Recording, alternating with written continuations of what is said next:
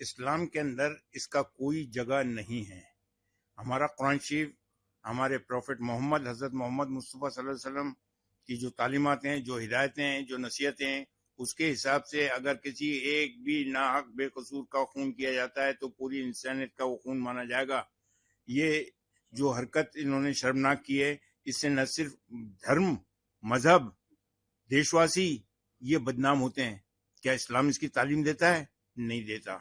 کیا اس طرح کے آپ کے بزرگوں نے یہ تعلیم سے دنیا انسانیت کو رول شناس کرایا؟ نہیں کرایا. تو پھر یہ چیزیں کیوں؟ یہ بے قصور لوگوں کا خون کیسے بہایا جا رہا ہے؟ یہ میری نظر کے اندر اسلامک پوائنٹ آف ویو سے مسلمان کہلانے لائق ہے ہی نہیں.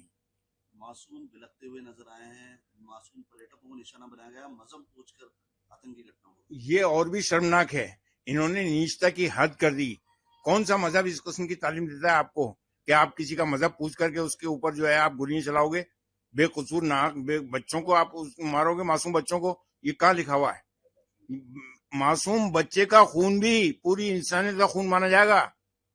یہ ان لوگوں کو سمجھنا چاہیے. ارے کیوں اسلام کو بدنام کر رہے ہو؟ کیوں اپنا نام اسلام کے اوپر کر رہے ہو؟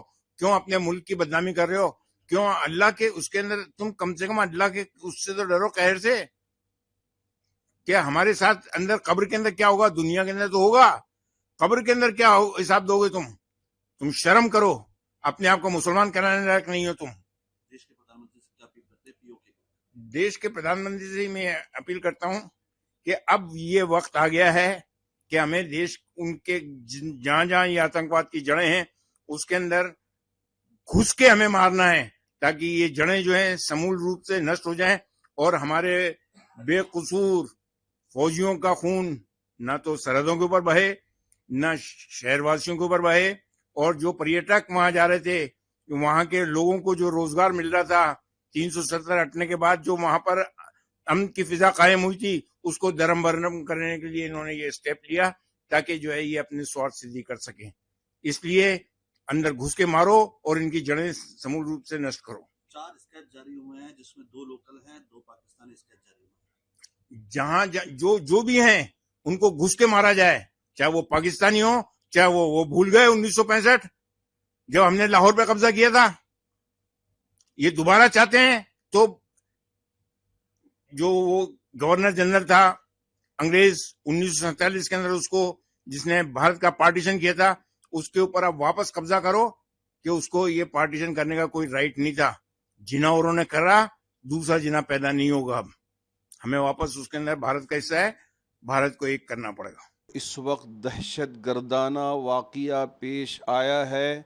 ہماری پوری ریاست کے علماء برادری اور ہماری یہاں کی عوام اور مکمل پورے ہندوستانی اس کے سخت الفاظ میں مذمتی کلمات بیان کرتے ہیں، چونکہ یہ ایک بزدلانہ حملہ ہے اور اس طرح کی حرکتیں کر کے کیا بتانا چاہتے ہیں یہ ہمیں سمجھ میں نہیں آتا.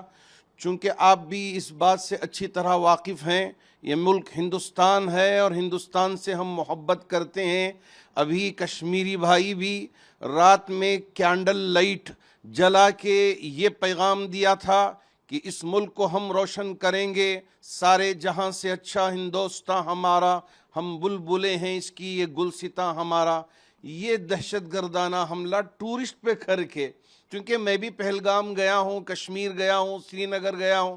ہمارے شیموگا کے ایک فیملی وہاں سری نگر میں ایک شکارے میں بیٹھ کے جا رہے ہیں اور اپنی بات کہہ رہے ہیں، اور اس کے بعد پہلگام بھی گئے ہیں، وہاں اس حادثے کا وہ شکار ہو گئے، شہادت پا گئے.